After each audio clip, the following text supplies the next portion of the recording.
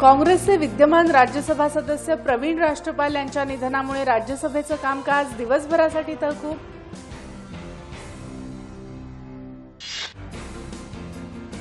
न्यायाधीशांची संख्या दुप्पट करण्याची मागणी करणाऱ्या जनहित याचिकेवर सर्वोच्च न्यायालयानं केंद्र सरकारकडून उत्तर मागितलं।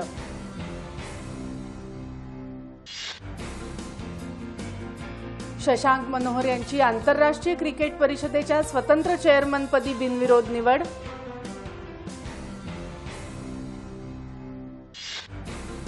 यंदाच्या पावसाळ्यात महाराष्ट्रात वार्षिक सरासरीपेक्षा 27% अधिक मान्सून पडेल, हवामान विभागाचा अंदाज।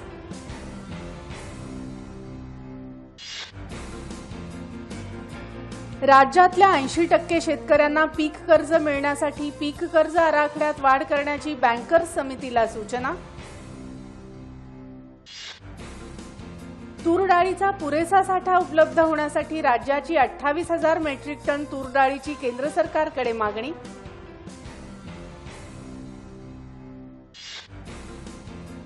एसएनडीटी विद्यापीठाच्या विकासासाठी 75 कोटी रुपये देणार, विनोद तावडे यांचा पुनरुच्चार।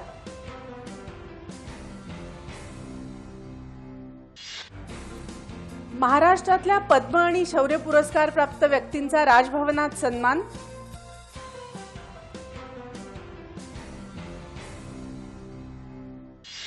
जलस्रोतांच्या व्यवस्थापनाला प्राधान्य द्या, राज्यपालांचं आवाहन।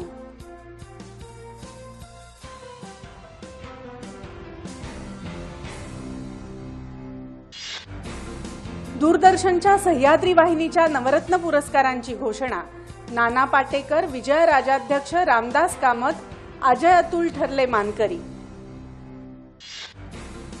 राष्ट्रीय परिचर्या दिनानिमित्त आज अनेक ठिकाणी विविध कार्यक्रमांचं आयोजन।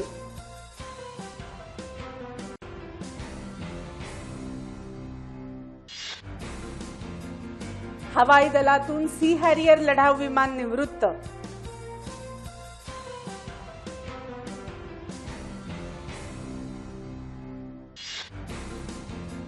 महिला हॉकी संघाची कर्णधार रितू राणी आणि पुरुष संघातला विहार रघुनाथ यांची हॉकी इंडियाकडून अर्जुन पुरस्कारासाठी शिफारस। कुस्तीपटू रविंदर आणि बबिता कुमारी यांची ऑलिम्पिक वारी निश्चित।